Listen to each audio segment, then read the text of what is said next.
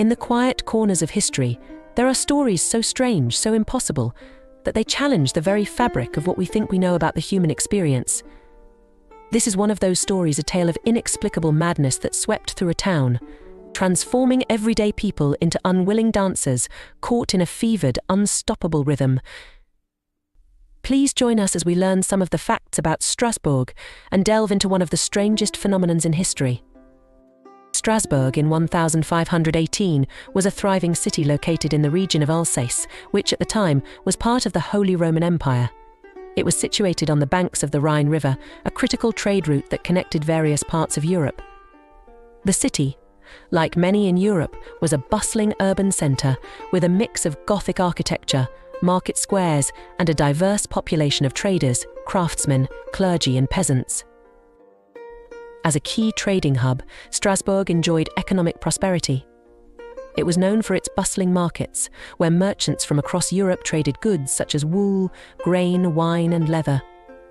The city's location also made it a key player in the textile industry, and it was home to a growing merchant class. There was also a significant craft tradition. Blacksmiths, woodworkers, and other artisans filled the streets. The city's population in the early 1500s was estimated to be between 20,000 to 30,000 people. Living conditions varied widely. The wealthier citizens lived in larger houses and had access to better food and resources, while the poor lived in crowded, unsanitary conditions. Disease was rampant, and epidemics like the plague were a constant threat. Malnutrition, poor hygiene, and limited medical knowledge made life difficult for many. While Strasbourg was a city steeped in tradition, religion, and the daily rhythms of life, 1518 would become infamous for an event that would shake its foundations. The dancing plague of 1518 was of the most surreal and eerie events in history, an entire town seemingly possessed by an uncontrollable urge to dance. It began in the summer of 1518 in Strasbourg, then part of the Holy Roman Empire, now modern-day France, when a woman named Trota began dancing in the streets. At first, it seemed harmless, just another woman with a bit of energy, or maybe a touch of madness.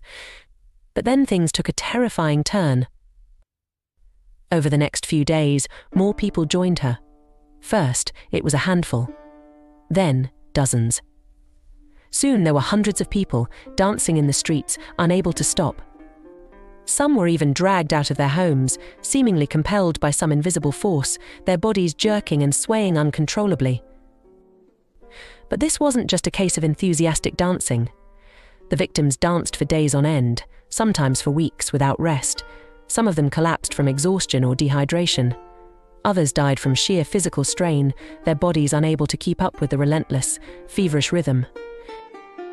The town was gripped by fear and confusion. There was no known explanation. Was it a curse? A divine punishment? Some townspeople believed they were being possessed by demons or the wrath of God.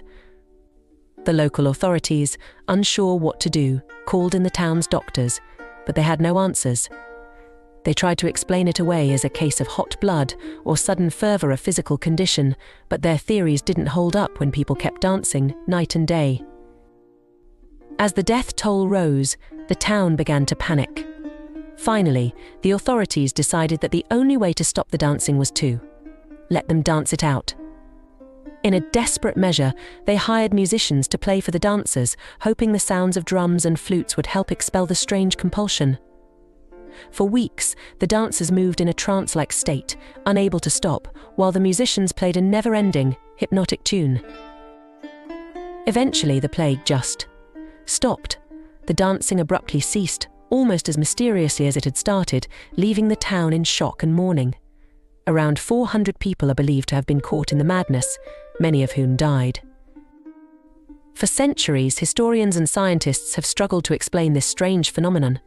Some suggest it was ergot poisoning, a hallucinogenic mold found in damp rye bread, which could have caused hallucinations and muscle spasms. Others think it was a case of mass hysteria, where collective fear and stress caused people to lose control of their bodies. Regardless of the cause, the dancing plague remains one of history's most bizarre and disturbing episodes. It's a reminder of how fragile the human mind can be under extreme social pressure, and how, in some rare moments, the line between reality and madness can blur in the most unexpected ways.